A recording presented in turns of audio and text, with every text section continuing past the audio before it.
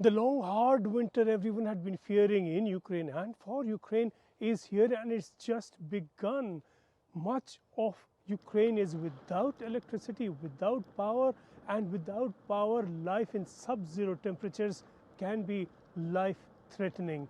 This is now so serious that the head of a major energy company in Ukraine advised people, and this was extraordinary advice, to leave the country if they could, to go somewhere and stay warm and stay where there is some light for them, and in so doing to save power for people left behind and for essential services like ambulances, hospitals, other essential services supplying cities and people across the country.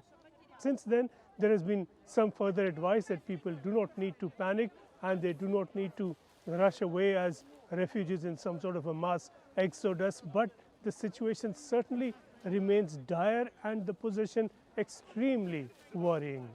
This is now so serious that there is a threat and a serious warning that Kiev, the capital city, could be entirely without electricity, that it may be completely cut off from the power grid.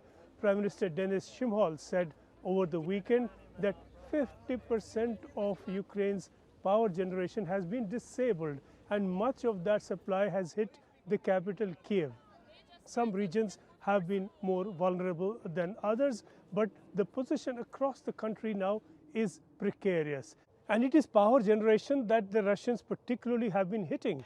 After facing losses on the battlefield, they've gone over the Ukrainian soldiers, over the military line of defense, to hit homes, to hit civilian homes, and to hit them hard. Homes have been hit directly, hundreds and hundreds have been hit, and thousands killed in these attacks, but the damage is far more serious and consequential upon attacking the power infrastructure, because the homes have now been hit with cold and darkness in the face of this disruption to the power supply. In Kherson, the situation is particularly serious. Kherson has just been liberated by the Ukrainians, and the great triumph after the liberation was that power was restored to the railway station and the city celebrated. But across the city, there was not much to celebrate by way of power in every home where it is needed.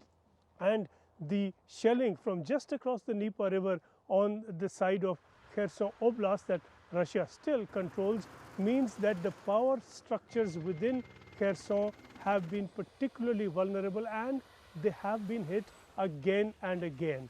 This is now going to threaten continuity of power supply in Kherson right through the winter, and certainly from Kherson a lot of people have been leaving even after the liberation to escape just such a situation. People across the country are being asked to cut power generation, and this is an appeal to which most people have responded. Less washing, less heating, less use of appliances in the kitchen. People are making lifestyle changes right across the country in the face of this shortage. And also there have been scheduled blackouts in Kiev and right across the country where power generation companies are limiting the supply of electricity in a managed way. This is a situation to which people have responded and authorities have responded, and there is discipline to be seen all around and a determination to endure this in the face of the war and the assault from the Russians.